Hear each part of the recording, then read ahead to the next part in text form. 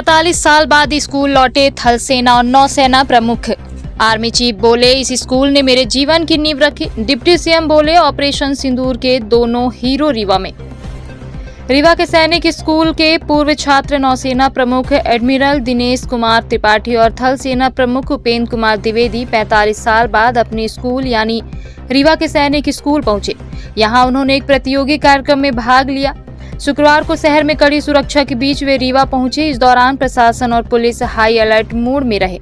इस दौरान दोनों सेना प्रमुख स्कूल के दिनों को याद करते हुए नजर आए। बता दें कि नेवी चीफ दिनेश कुमार त्रिपाठी और आर्मी चीफ उपेंद्र द्विवेदी दोनों एक ही स्कूल से पढ़े हुए हैं। स्कूल के दिनों से ही दोनों के बीच दोस्ती भी पक्की है। जनरल द्विवेदी और एडमिरल दिनेश कुमार त्रिपाठी साल 1973 से 1981 तक मध्य प्रदेश के सैनिक स्कूल रीवा में छात्र थे। भारत के सैन्य इतिहास में पहली बार ऐसा हुआ है कि सेना और नौसेना प्रमुख एक ही राज्य, स्कूल और बैच से हैं। वास्तव में वे कक्षा में एक ही बेंच पर बैठते थे। रविवार को कार्यभार संभालने वाले थल सेना अध्यक्ष जनरल उपेंद्र द्विवेदी और एडमिरल दिनेश कुमार त्रिपाठी सैनिक स्कूल रीवा 1973 बैच के पूर्व छात्र हैं। उनकी कहानी खून के रिश्ते से परे भाइयों जैसी है।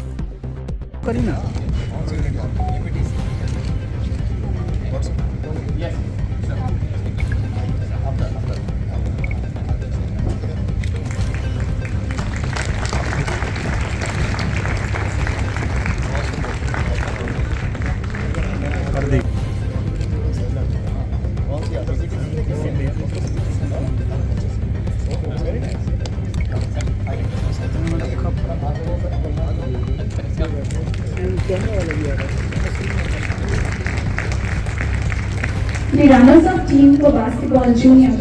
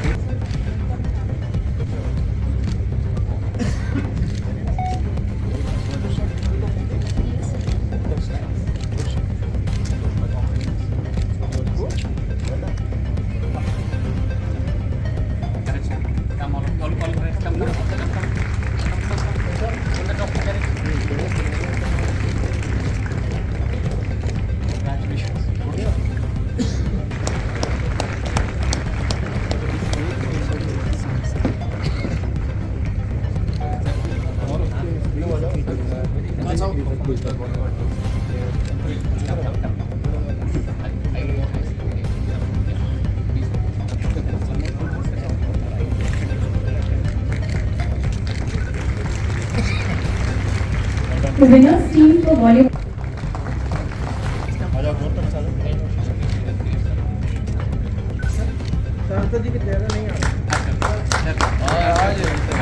The runner-up for athletics is Sainik School, Amravati Nagar of Group H.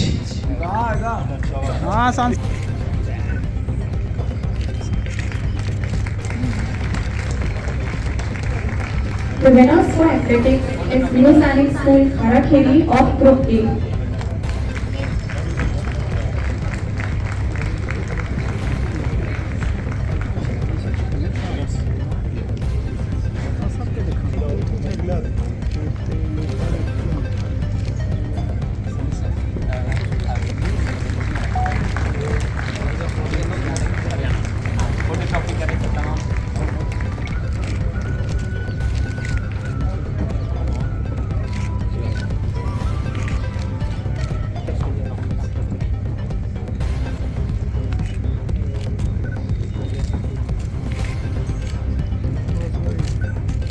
The winners.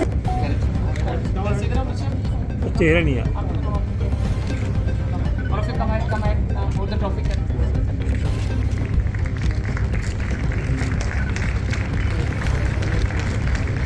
The overall champions trophy of All India Sainik Schools National Games 2025 third edition goes to Sainik School Junjunu.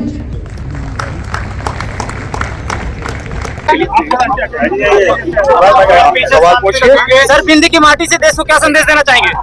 क्या बिंदी की धरती से देश को क्या संदेश देना चाहेंगे?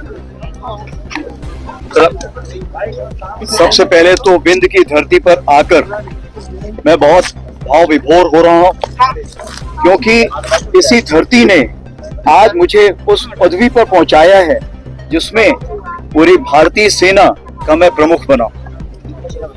मैं यही कहना चाहूंगा कि आप जहां पर भी हो, मेहनत कीजिए, अपना जो पैशन है उसको पूरा करने की कोशिश कीजिए। सफलता अपने आप आएगी जो मेहनत करेगा और हमेशा अपने पैशन को पाने की कोशिश करेगा। हमें ये ध्यान रखना है कि हम अकेले उसको नहीं पा सकते, इसके लिए हम सबको ये सफर साथ मिलकर चलना पड़ेगा। और विंध्य की धरती में मैंने यही सीखा है कि हम यहाँ पर जो भी काम करते थे साथ मिलकर करते थे। और मैं भारत या कहीं भी बाहर गया हूँ और विंध्य क्षेत्र का अगर कोई व्यक्ति मिला है तो वो बड़े ही गर्मजोशी से मिलता है और वो साथ में मिलकर कदम मिलाता है और साथ में मिलकर कार्रवाई करना चाहता है। सर कैसा एहसास है आज आप सैनिक स्कूल में खड़े हुए हैं? ये एक ऐसा एहसास है जो आज मैं सैनिक स्कूल पर खड़ा हुआ हूँ, सैनिक स्कूल की धरती पर हूँ, हेलीपैड पर हूँ, तो मुझे तो ऐसा लग रहा है कि मैं सैनिक स्कूल वापस आ गया हूँ। जब मैं 9 साल का था तब मैं 5वीं कक्षा में यहाँ पहुंचा था और मुझे ऐसा लग रहा है जैसे मैं वापस 5वीं कक्षा में आ गया हूँ। और यहाँ पर एथलेटिक्स ग्राउंड होता था और मेरा मन कर रहा है कि मैं वैसे ही उस एथलेटिक्स ग्राउंड में अपना फिजिकल ट्रेनिंग की कार्रवाई शुरू करूं, लोगों से मिलूं, खिलखिलाऊं और वो बचपन जो वापस नहीं आ सकता लेकिन फिर भी कोशिश है कि उस बचपन को दोबारा जीऊं। सर अपने अजीज दोस्तों को भी लेकर साथ में आए। आपने बहुत सही बोला। दिनेश त्रिपाठी जी मेरे बहुत अजीज दोस्त हैं। जैसे कि आपको पता है कि हम एनडीए में भी साथ में थे, उसके बाद मैं आर्मी में चला गया और दिनेश त्रिपाठी जी नेवी में चले गए, बट हम हर जगह मिलते रहे। यहाँ तक कि एक हायर कमांड कोर्स होता है मऊ में, उसमें भी हम साथ में थे। तो मैं यही बताना चाहूंगा कि आज की तारीख पे अगर ऑप सिंदूर की सफलता को आप देखें तो वो इसलिए क्योंकि नेवी मेरे अजीज दोस्त कमांड कर रहे थे और एयरफोर्स भी मेरे अजीज दोस्त जो मेरे कोर्समेट हैं, जिनको हम air chief marshal AP Singh बोलते हैं, वो कमांड कर रहे हैं। और जब हम तीनों एक साथ मिल गए तो फिर किसी की क्या मजाल कि कोई कुछ कार्रवाई कर सके। सर क्या ऑपरेशन सिंदूर अभी एक्टिव है? ऑपरेशन सिंदूर अभी खत्म नहीं हुआ, ऑपरेशन सिंदूर अभी चल रहा है। जब हमें उचित समय लगेगा उसी समय ही ऑपरेशन सिंदूर को समाप्त किया जाएगा। सर पाकिस्तान अगर कोई दोबारा कायराना हरकत करता है तब क्या कदम उठाया जाएगा? ऑपरेशन सिंदूर 2.0 की हमने पूरी तैयारी कर रखी। अगर उसने कोई कायराना हरकत की तो उसको मुंहतोड़ जवाब दिया जाएगा। देखिए पहली बात तो मैं सैनिक स्कूल रीवा को बधाई देना चाहता हूँ कि उन्होंने जो 3rd edition of all India Sainik school national games का आयोजन किया। उसके लिए क्या क्या जरूरत होती है हमें सबको पता है कि कोई भी कार्यक्रम आयोजन करने के लिए नेशनल लेवल पे कितनी कड़ी मेहनत करनी पड़ती है। तो मैं सभी को, प्रिंसिपल को, जितने शिक्षकगण हैं और कैडेट्स को, सभी को बधाई देता हूँ। दूसरी बात, जितने भी सैनिक स्कूल्स यहाँ पर पार्टिसिपेट किए हैं, मुझे पता चला कि 500 से ज़्यादा कैडेट्स पार्टिसिपेट किए हैं, उनमें से 200 से ज़्यादा गर्ल स्टूडेंट्स थी और उनका परफॉर्मेंस बहुत ही अच्छा था। इन सभी को मैं बधाई देना चाहता हूँ। जो लोग जीते हैं उनको ऑब्वियसली स्पेशल बधाई, बट मैं मानता हूँ कि स्पोर्ट्स में participation is more important than winning and losing. They are important, but you can win today, you can lose today and you can turn the tables around next time around. More important ये है कि भागीदारी करना, और वही सबसे बड़ी जीत है मेरे ख्याल से इन खेलों की।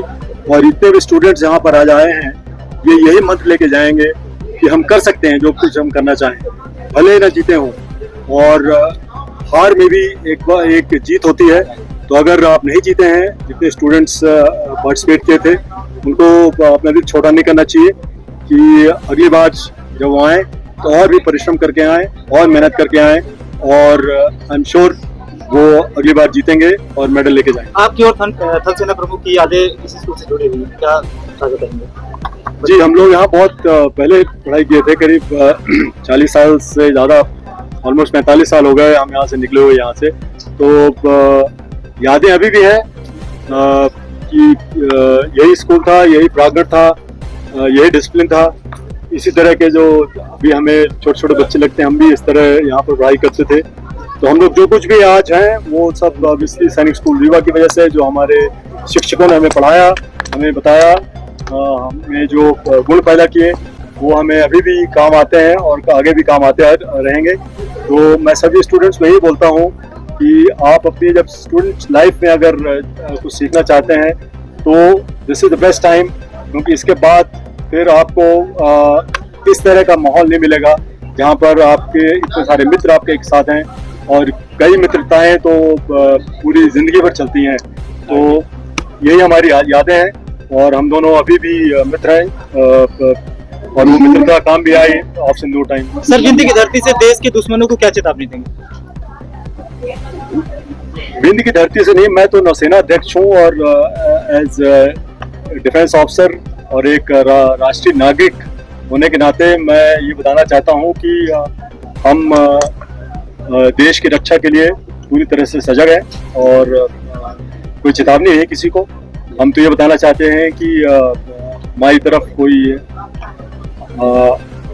आंख उठाकर ना देखे, क्योंकि हम सक्षम हैं और जहाँ तक समुद्रिक हितों की रक्षा करने की जरूरत है, एज ए नेवल चीफ मैं आपको ये बता देना चाहता हूँ कि हम लोग कहीं भी कभी भी कैसे भी अपने सामुद्रिक हितों की रक्षा करने के लिए तैयार हैं, सजग हैं। सर, ऑपरेशन सिंदूर का क्या अनुभव रहा देश के लिए? ये रहने दीजिए।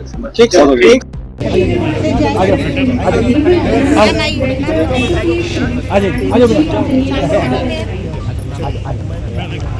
आप लोग तो पीछे आइए, पीछे।